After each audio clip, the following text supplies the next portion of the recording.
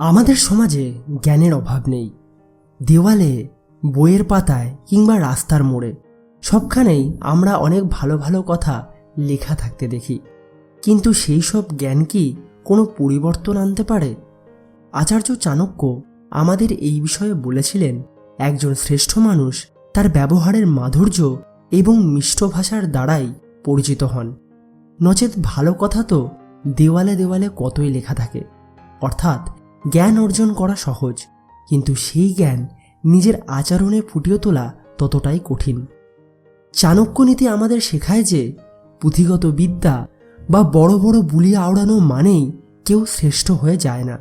দেওয়াল কোনো কথা বলতে পারে না, সে কেবল তথ্য বহন করে। কিন্তু একজন মানুষ যখন কথা বলেন, তখন তার প্রতিটি শব্দ তার বংশমর্যাদা, তার শিক্ষা এবং তার চরিত্রের পরিচয় দেয়। ভেবে দেখুন, রাগী বা অহংকারী মানুষ অনেক দামে জ্ঞান দিতে পারে, কিন্তু তার কর্কশ ব্যবহারের কারণে মানুষ তাকে এড়িয়ে চলে। অন্যদিকে একজন বিনয়ী মানুষ হয়তো অল্প কথা বলেন, কিন্তু তার সেই মিষ্টতা মানুষের হৃদয়ে চিরস্থায়ী জায়গা করে নেয়। শ্রেষ্ঠত্ব পোশাকে নয়, শ্রেষ্ঠত্ব বচনে। আপনি জীবনে কতটা সফল হলেন, আপনার হাতে কতটা ক্ষমতা এলো, সেটা দিয়ে ইতিহাস আপনাকে মনে রাখবে না। ইতিহাস মনে রাখবে আপনার দ্বারা কতজন মানুষ আনন্দিত হয়েছে। চাণক্য বলতেন, মিষ্ট কথা বলা মানে কার্পণ্য করা নয়। অথচ এই একটি গুণের মাধ্যমেই পরম শত্রুকেও মিত্র বানানো সম্ভব।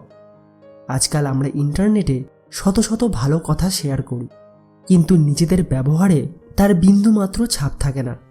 তাই আজ থেকেই সংকল্প নিন, ভালো কথা কেবল বইয়ের পাতায় বা দেওয়ালে সীমাবদ্ধ না রেখে সেগুলোকে নিজের রক্তে মিশিয়ে নিন।